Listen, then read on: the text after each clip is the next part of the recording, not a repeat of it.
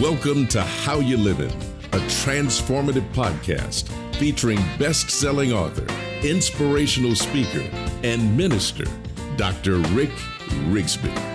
And now, Dr. Rick.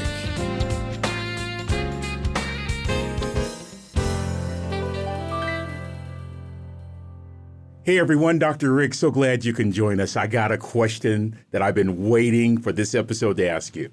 Have you ever asked yourself this question, why am I so fat? Or why am I so thin? Or do people like me? Or I wonder what they're thinking about me. So if you've asked yourself any of those questions, the question is why? And I think it boils down to the fact that most of us deal with insecurity of some type. I know I certainly do. I deal with it every day. But here's the good news about this podcast. Today, we're going to uncover a way to minimize insecurity in our lives. So stay with me for just a second. I grew up chubby, still chubby. That's a lovely word for saying overweight, doing something about it. But I have always been teased for being chubby. And so I would often walk home from school and I would ask myself, do people like me? And I remember one time going into my mother's room crying because I would say, Mom, people are laughing at me. They're laughing at me. I don't like it. I don't like how I feel. And she said a couple of things. The first one I didn't pay attention to till years later.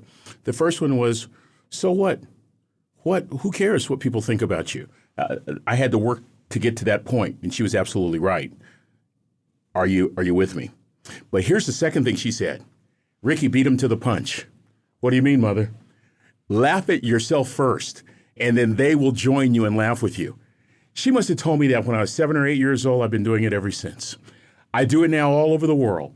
I have found when I don't take myself so seriously, it diffuses the moment, and now we're all celebrating, laughing.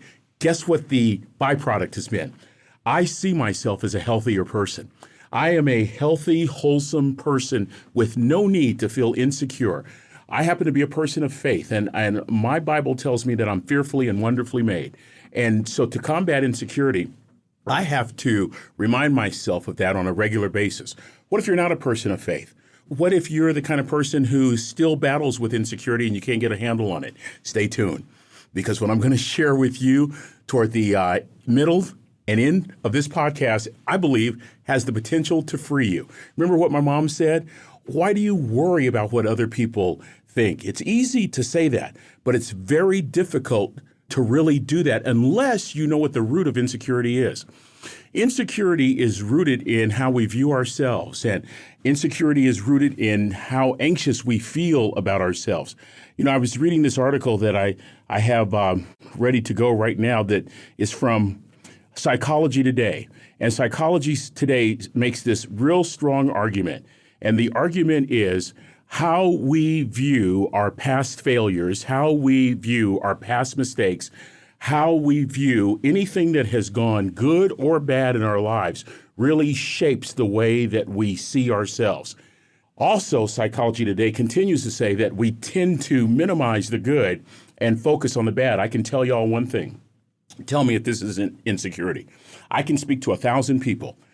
999 can come up and say, Rick, that was a phenomenal job. You did a great speech. One can come up and say,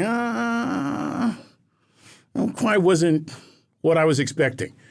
Guess what I focus on for the next several hours can even cause me to lose sleep if I don't reset my focus, if I don't remind myself that I'm fearfully and wonderfully made, if I don't hold on to some wisdom that can counter what that one person said. I will feel so insecure because of the comments of one person.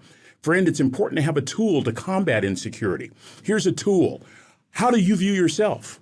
That's a tool. How do you view yourself? Up until third grade, age 8, I was viewing myself as this chubby kid who was getting laughed at. And in one day, I started viewing myself as this fun, gregarious, outgoing kid that was the life of the party. Ho, ho, baby! In one day, a tool from an uneducated mother simply transformed the way I viewed myself. What is it going to take for you to transform the way you view yourself? You know, it's really interesting. I was in television for years and then studied television critically. And so I'm well aware of the effects of television. Years ago, there's a man by the name of Marshall McLuhan who made this very bold predicament. Back in the 50s and 60s, everybody was talking about the effects of television programs. Marshall McLuhan comes along and says, our focus is in the wrong place. It's not necessarily the television programs that are going to shape us, but it's the way that the television programs are being disseminated.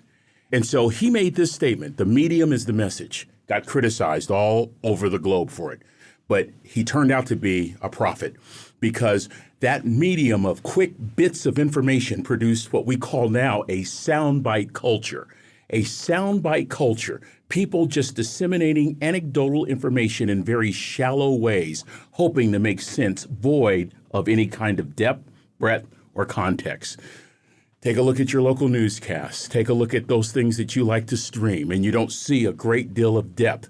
Nicholas Carr comes along years later, just a few years ago, and sort of picks up where Marshall McLuhan left off.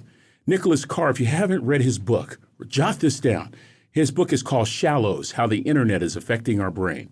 And he says it's the same thing. It's the quick dissemination of information. So imagine this.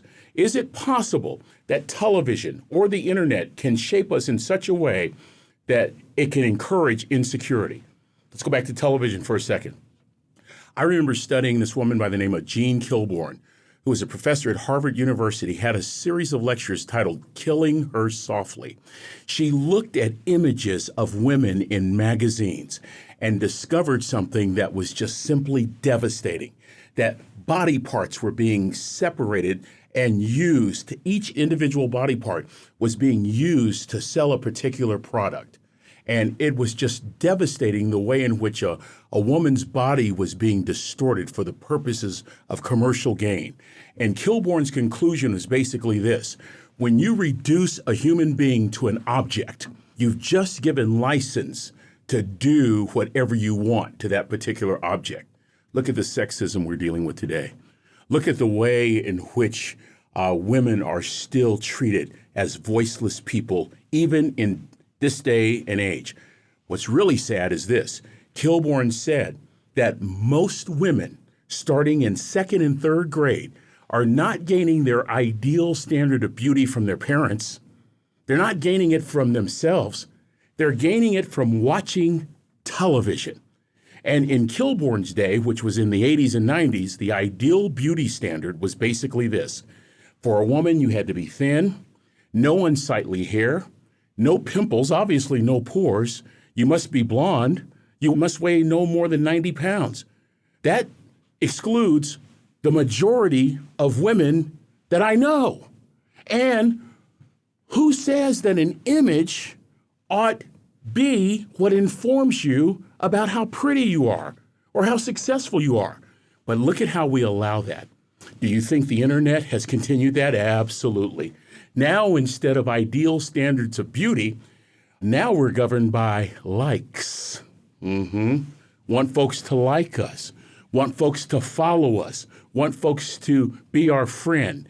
And so this continual perpetuation of how what my value is not coming from ourselves. It's not coming from the Creator. It's not coming from parents. It's not coming from reasoned voices. It's coming from influences that are external and, dare I say it, digitally constructed.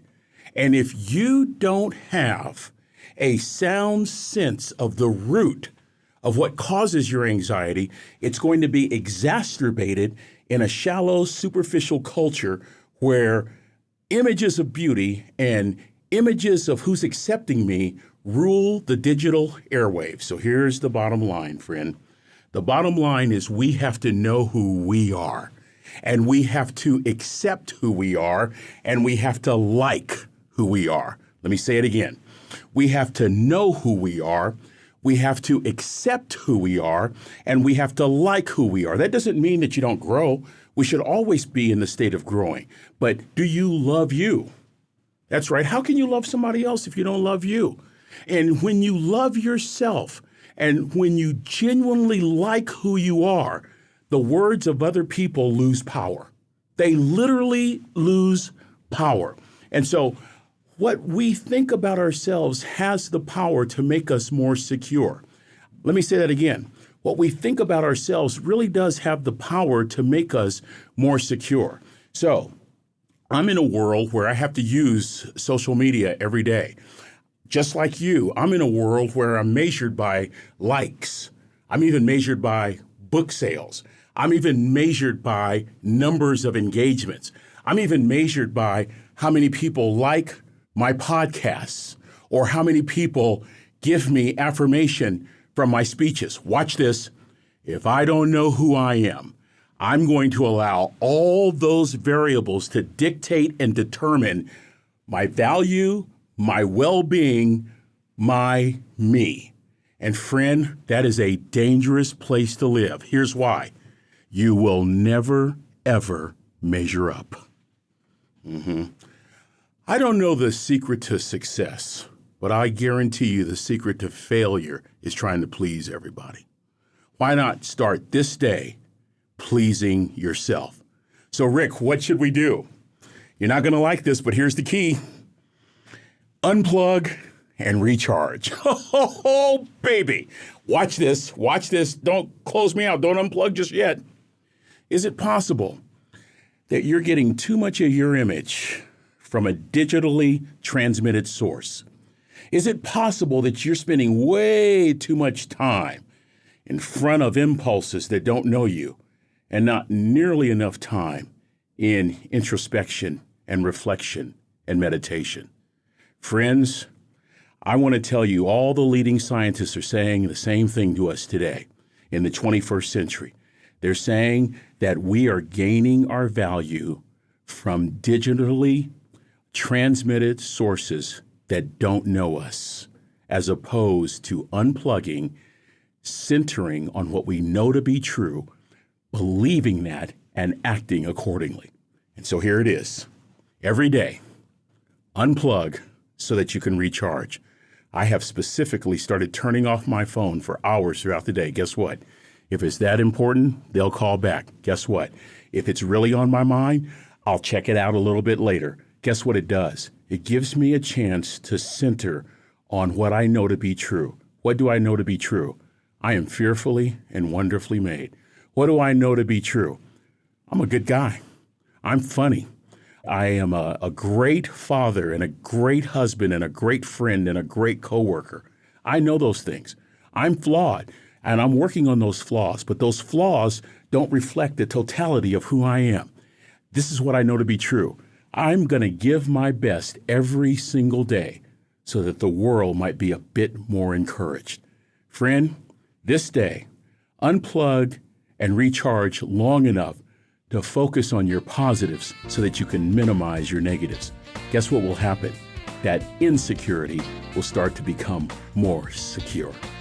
Until we meet next time, this is Dr. Rick asking you the most important question I can ask you. How you living? I'll see you soon. Are you ready to make an impact in your world right now? Do you want to stop existing and start living your best life right now? Dr. Rick wants to give you the first chapter of his best-selling book, Lessons from a Third Grade Dropout, absolutely free.